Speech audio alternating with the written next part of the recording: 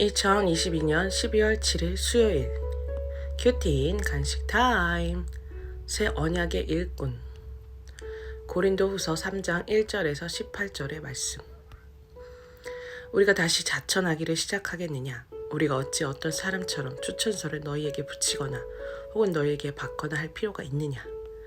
너희는 우리의 편지라 우리 마음에 썼고 무사람이 알고 있는 바라.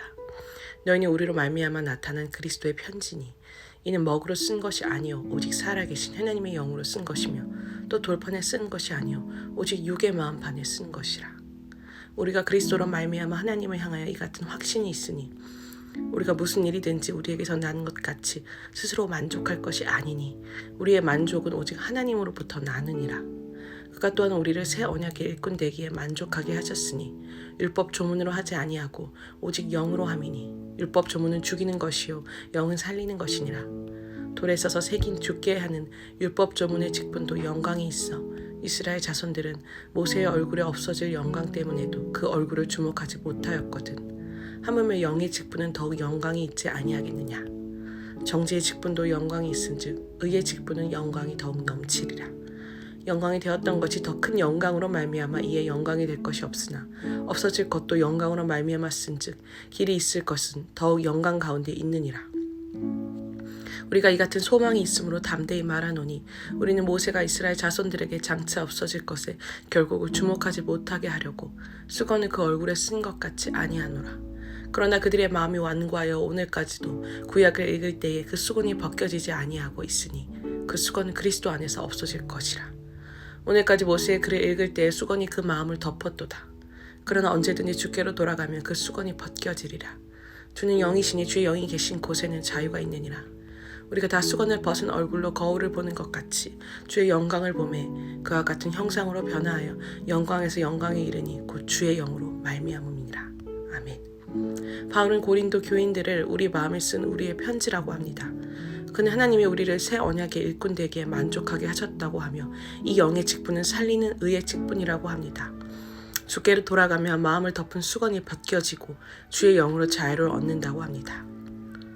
기도입니다. 선교사들을 통해 열방의 그리스도의 편지가 쓰이게 하시고 열방의 교회가 새 언약의 일꾼이 되게 하옵소서. 본문 해설입니다. 거짓 사도들은 다른 곳에서 추천서를 받아 와 고린도 교회에 자랑했습니다. 그러나 바울은 그러지 않았습니다. 왜냐하면 고린도 교인들이 그의 추천서가 되기 때문입니다. 바울로 말미암아 그들이 하나님의 교회가 된 것이 우리 마음에 썼고 여러 사람이 인정하는 우리의 편지가 되었습니다. 마찬가지로 그리스도께서는 나를 도구 삼아 편지 쓰기를 원하십니다. 내가 살아계신 하나님의 영으로 인도함 받아 말씀을 순종할 때 주님은 사람들 마음에 구원의 편지를 쓰십니다. 그리스도의 편지를 가진 자는 더 이상 화려한 추천서를 부러워하지 않게 됩니다. 내가 그리스도의 편지를 쓰는 도구로 쓰임받고자 하나님의 영에 어떻게 순종하겠습니까? 바울은 하나님이 우리를 새 언약의 일꾼 되기에 만족하게 하셨다고 합니다. 우리에게 어떤 자격이나 공로가 있기 때문에 아니라 오직 하나님이 이 모든 것을 은혜로 주셨다고 밝힙니다. 새 언약의 일꾼은 문자적인 가르침을 넘어 영적인 가르침으로 사람을 살립니다.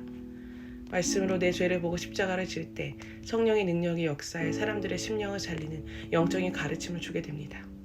정죄의 직분이 달과 별과 영광을 갖는다면 복음으로 하나님과 사람들과의 관계를 화해하게 하는 의의 직분은 해의 영광을 갖습니다. 나는 율법으로 남을 죽이고 있습니까? 아니면 영으로 남을 살리고 있습니까? 모세는 자신이 받은 율법의 직분도 영광이 있지만 그리스도께서 오시면 그것이 없어질 것을 알았습니다.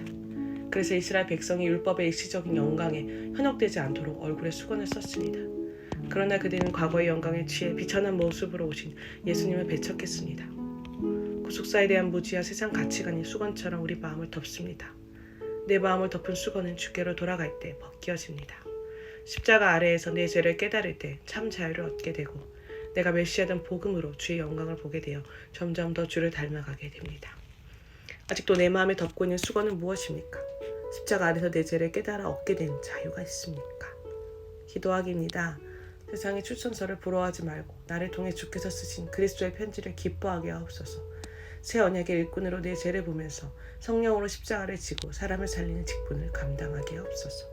주께로 돌아가 내 마음을 덮은 수건이 벗겨지게 하시고 주의 영광을 보게 하옵소서. 묵상 간증입니다. 편지가 되지 못한 내 모습. 김관수. 지방대학을 졸업한 후 중견기업에서 직장생활을 시작하는 저는 현재 외국계 회사에서 근무하고 있습니다. 제 가치를 입증해줄 명문대 졸업장이라는 초천서가 없어 더 열심히 해야 한다는 생각에 대학원도 다니고 야근을 하며 실무 능력을 쌓았습니다. 저는 회계부서에서 10년 넘게 일하고 있는데 부서의 특성상 매년 회계감사를 받아야 합니다. 그러다 보니 업무를 하면서 늘 원칙을 위반한 부분이 없는지 신경을 썼습니다. 그런데 어느 순간부터 회계 원칙이 저의 율법이 되어 그것을 지키지 않는 사람들을 정지했습니다. 타 부서 사람들은 회계 업무를 잘 모르니 자세히 설명을 해줘야 하는데 저는 가시돋친 말로 그들을 찌르고 죽였습니다. 올해 초 코로나로 재택근무를 하던 날 제가 전화로 회의하는 모습을 옆에서 지켜보던 아내가 왜 그렇게 화를 내면서 이야기해? 라고 물었습니다. 저는 평소와 다름없이 이야기한 것인데 아내는 매우 놀란 눈치였습니다. 제가 옳다고 주장하다 보니 목소리가 커졌고 남을 무시하다 보니 말투가 거칠어진 것이었습니다. 초대도 저와 같은 회사를 다니는데 저희 둘의 관계를 모르는 한 직원이 처제에게 김 과장은 싸가지가 없어요 라며 제 흉을 봤다는 이야기를 들었습니다. 그 말을 듣고 저의 얼굴이 얼마나 붉어졌는지 모릅니다. 한 번은 회사 직원과 전화로 이야기를 나누다가 대화가 통하지 않아 불쾌하게 통화를 끝냈습니다. 전화를 끊고 나서도 분이 안 풀린 저는 엉뚱한 소리를 하던 그 직원에게 한바탕 더 쏟아부어야 했는데 하며 그러지 못한 것을 억울해하고 있었습니다. 그런데 그때 문득 제 메신저 프로필에 현금 구적을 적어놓은 것이 떠올랐습니다.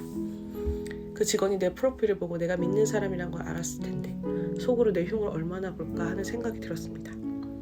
예수 그리스도의 형상으로 변화하여 예수님을 전하는 편지가 되어야 하는데 저는 그렇게 살지 못하고 있었습니다. 회사의 원칙이라면 제가 하는 일이 옳다고 주장했지만 사실은 지방대를 나왔다는 저의 열등감을 감추고 제가 남들보다 우월하다는 것을 알리고자 매번 목소리를 높였던 것입니다. 이제는 헛된 세상의 영광을 그만 쫓고 그리스도의 편지가 되는 삶을 살겠습니다. 적용하기입니다. 직원들과 통화할 때 목소리를 높이지 않고 차분히 이야기하겠습니다. 동료들이 말할 때 중간에 끊지 않고 끝까지 들어주겠습니다.